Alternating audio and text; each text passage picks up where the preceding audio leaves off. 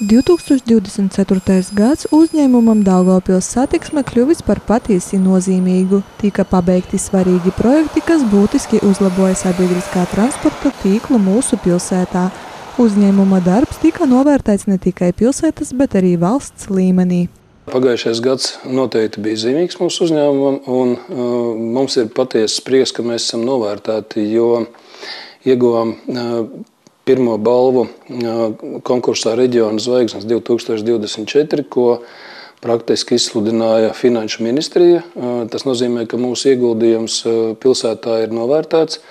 Mēs saprotam, ka tas ir tāds kā variants, kad mēs varam paši sev uzsist pa plecu un pateikt, ka mēs esam malači. Pagājušais gads nebija viegls, jo mēs zinām, ka pārsvarā ar burvju nūjiņas palīdzību viss notiek tikai pasakās dzīvē, viss notiek diezgan darbietilpīgi un nepārāk viegli. Bet tajā pašā laikā mēs nopietni strādājam, lai mūsu uzņēmums attīstītos, lai pēc iespējas komfortablāk justos mūsu pilsētas iedzīvotāji. Viens no veiksmīgākajiem projektiem ir izstrādātā braukšanas biļešu sistēma, kas ieviesta pagājušā gada pavasarī. Un šobrīd daudzi pilsētas iedzīvotāji, kuri izmanto sabiedrisko transportu, lai pārvietotos pa Daugavpili, iegādājas ikmēneša braukšanas biļetes.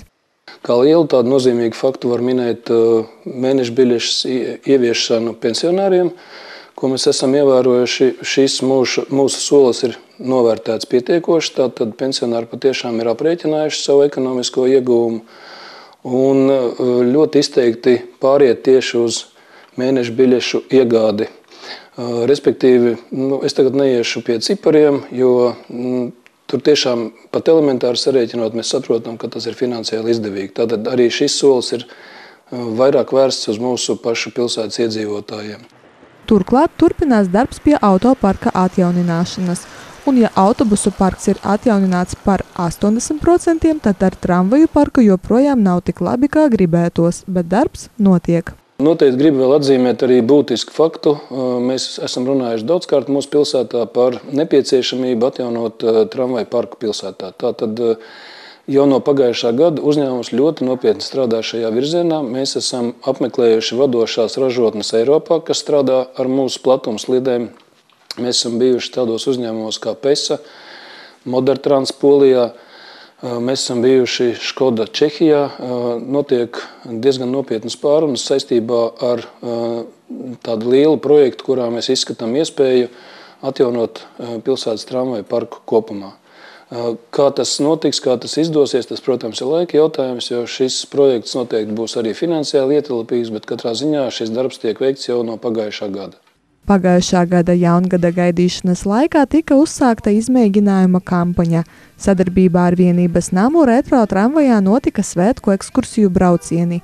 Organizatoriem par pārsteigumu šis pasākums kļuva mega populārs. Ja mēs runājam kopumā, tad, protams, ka darba mums ir daudz, bet kā tāds labs žests no uzņēmuma noteikti ir atzīstams fakts, ka mēs pagājušā gadā veicām ekskursijas tramvaju reisus, kas bija par velti mūsu pilsētā. Un sākotnēji mēs nebijām pārliecināti, cik daudz būs atsaucība no iedzīvotājiem, bet redzot, kāds bija pieprasījums un redzot, ar kādu patiesu prieku šie cilvēki izmantoja šo iespēju, mēs saprotam, ka šis solis bija pareizs. Līdz ar to mēs domājam šo tradīciju turpināt, un arī šajā gadā noteikti mēs šādus ekskursijas reisus veiksim. Ticami, ka tas varētu būt noteikti uz pilsētas svētkiem un noteikti uz Ziemassvētkiem. Un šobrīd mēs domājam arī par tādu iespēju, lai veiktu šos ekskursiju reisus cilvēkiem ar ierobežotām vajadzībām. Turklāt seriālā Gaumes lieta jau parādījās jaunie Daugavpils satiksmes tramvaji, kas tika montēti Daugavpils lokomotīvju remonta rūpnīcā. Filmēšana notika pagājušā gada decembra naktīs, un visticamāk seriāls iznāks apskatei aprīļa beigās.